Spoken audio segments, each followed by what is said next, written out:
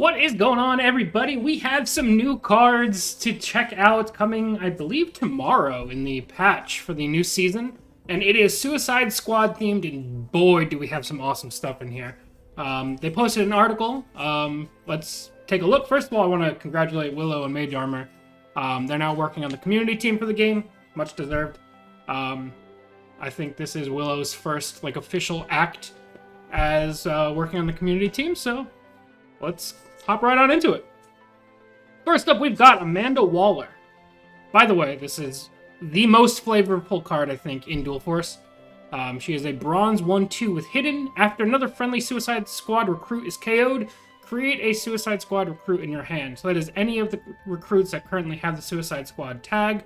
And on top of that, we are getting some previous recruits that are going to be gaining that recruit type. So Punch and Julie from the Partners in Crime, Killer Frost, Deadshot, Count Vertigo, Harley Quinn, the original recruit, you'll see why I say that, Parasite, Peacemaker, Cheetah, Enchantress, and Talon.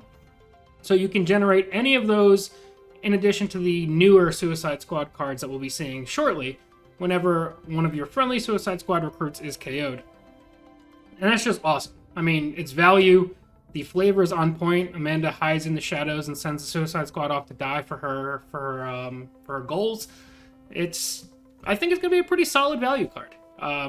Probably want to have a board set up first, but still pretty solid. Now we're gonna move on to some more cards. We've got Bloodsport. I think this is one of the shining stars here. It is a silver 5/4. After a friendly Suicide Squad recruit is KO'd, deal 2 damage to each enemy leader. So if you have 3 other Suicide Squad recruits on the board, you can kill them off. He deals 6 to each leader. That is 12 damage. That is a ton of damage. This guy is like the biggest payoff for the Suicide Squad archetype. And you've got Killer Croc is down below. King Shark, he is a gold recruit with Hunter. He can attack damage recruits while he's exhausted, which means after he attacks, as long as there is something damaged on the board, King Shark can just keep on attacking. He does not care. If you can get him buffed with, Supersonic Sucker Punch or whatever, King Shark can just kill everything on the board if it's damaged. I think this card is pretty strong. It's going to be a little tough to set up, and you don't want him to die after swinging, but he smells blood and he keeps going. It's another very flavorful card as well. Then we've got Rick Flag. This is the one I'm most excited to mess around with. It is a silver 5/5 with Hidden. And deploy, give your other Suicide Squad recruits +2 attack and Hidden.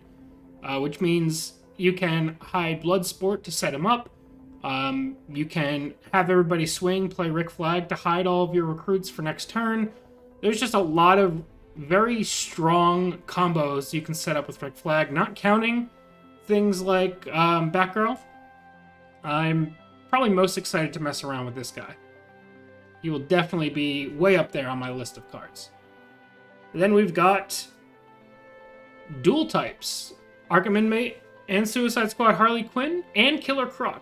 Both of these are strong. This is another Harley Quinn, so we will have a silver and a bronze. Whenever another friendly Suicide Squad recruit is KO'd, she gets +3 attack.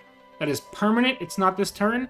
So if you can put Hidden back onto this Harley, she can just keep stacking attack and keep going face. Yeah. It's just nuts. Then you've got Killer Croc, who has Chaotic, and after another friendly Suicide Squad recruit is KO'd on your turn, he can make a bonus attack. Obviously, with his health being a little low, it's dangerous. However, if you can, trade to completely clear your opponent's board, Croc can go face after that and just keep going ham. Or if you can get him protected with the Batman Who Laughs recruit, or, buff his health in some other way, this guy can just go ham on the board as you're trading in your Suicide Squad recruits. Both of these I am very excited to mess around with. I'm thinking I might have to go a Batgirl Harley Suicide Squad deck for World's Finest next season. We'll see. Next up, we've got Cranial Explosive. It is a free card. Sacrifice a Suicide Squad recruit to give your Suicide Squad recruits everywhere +2.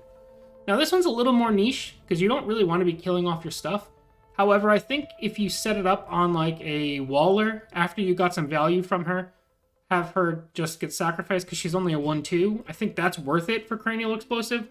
But the real trick is going to be making sure you have something that feels good to be sacrificed left behind. Maybe even a Killer Frost, if there's nothing to use her lethal for. Other than that, it's a little tricky to find something you feel good about sacrificing. But if you can get that situation where you have a recruit that you don't mind sacrificing, and it doesn't hurt to kill that recruit, that +2 attack everywhere is very, very strong. Speaking of +2 attack everywhere, we've got Welcome to Task Force X. It is a bronze card that gives Suicide Squad recruits in your deck +2 attack. Then, and that's a very important word, each recruit in your deck joins the Suicide Squad. So this should work in order, which means it does not just give +2 attack to your whole deck. It's only going to target the Suicide Squad recruits first, and then it modifies your entire deck to turn them into Suicide Squads. If you do play a second Welcome to Task Force X, obviously that will target everything at that point, and then that is very strong. And we've got more. We're getting a new leader in this season. We're getting General Zod. This one's been spoiled in the game for a little bit, but it's finally his time to shine. It is a 4-charge ability. He gets +7 attack and is invincible this turn, so he's got the same text as Superman, with a little bit of extra bonus, where he exhausts each enemy in Zod's lane, and they cannot protect this turn. Which means you can make a enemy recruit not be able to attack next turn.